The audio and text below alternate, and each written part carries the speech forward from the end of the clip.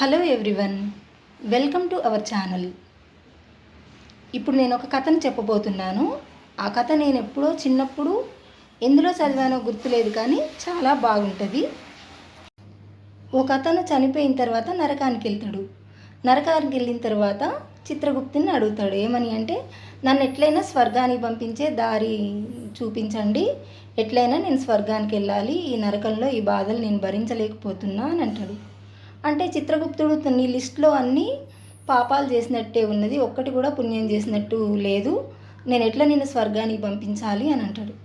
అంటే బాగా చిత్రగుప్తుని బతిమలాడుతూ ఉంటాడు అనమాట, ఎట్లయినా పంపించండి అనేసి. అప్పుడు చిత్రగుప్తుడు ఏమంటాడంటే, నువ్వు అన్నీ పాపాలే చేసినావు కదా, మరి పుణ్యాలు ఏమైనా చేసినావేమో గుర్తుకు తీసుకొచ్చుకో అంటాడు. గుర్తుకు తెచ్చుకో అంటే ఒక్కటి కూడా గుర్తుకు రావట్లేదు, నేను అన్ని పాపాలే చేసినట్టుంది, అన్ని పాపాలే చేసినా ఒక్కటి కూడా గుర్తుకొస్తలేదు అంటాడు. సరే, ఎవరికైనా దానం ఏమైనా చేసినావేమో గుర్తు తెచ్చుకో అని అంటాడు.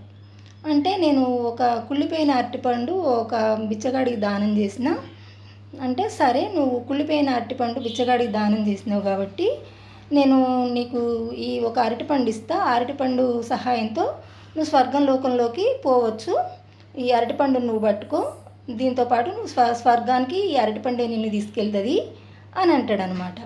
సరే అని అరటిపండు పట్టుకోగానే అరటిపండు స్వర్గలోకానికి తీసుకెళ్తుంది.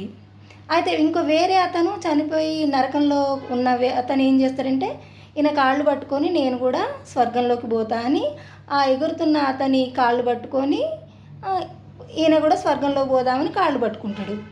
అయితే ఈ అరటిపండు పట్టుకున్న వ్యక్తి ఏమనుకుంటాడంటే, నేనంటే అరటిపండు దానం చేసిన కాబట్టి స్వర్గానికి వెళ్తున్నా, ఈయన నాతో పాటు ఎందుకు స్వర్గానికి రావాలి, ఈయన ఏం అరటిపండు దానం చేయలేదుగా, నేనంటే దానం చేసిన కాబట్టి అని అనుకొని కాళ్ళను విదిలిస్తాడనమాట.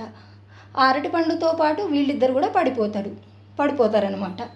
అప్పుడు చిత్రగుప్తుడు ఏమంటాడంటే, నువ్వు స్వర్గానికి పోవడానికి అర్హుడివి కాదు, ఇక్కడే నరకం అనుభవించు, పోనీలే అని స్వర్గానికి పంపిద్దాము, అది ఎంత మాత్రము తినడానికి కూడా పనికిరాని కుళ్ళిపోయిన అరటిపండుని దానం చేసినా నేను స్వర్గానికి పంపిద్దామని అనుకున్నా, కానీ ఎంత మాత్రం నువ్వు స్వర్గానికి పోవడానికి అర్హుడి కాదు, నరకంలోనే అనుభవించు అని చెప్తాడనమాట.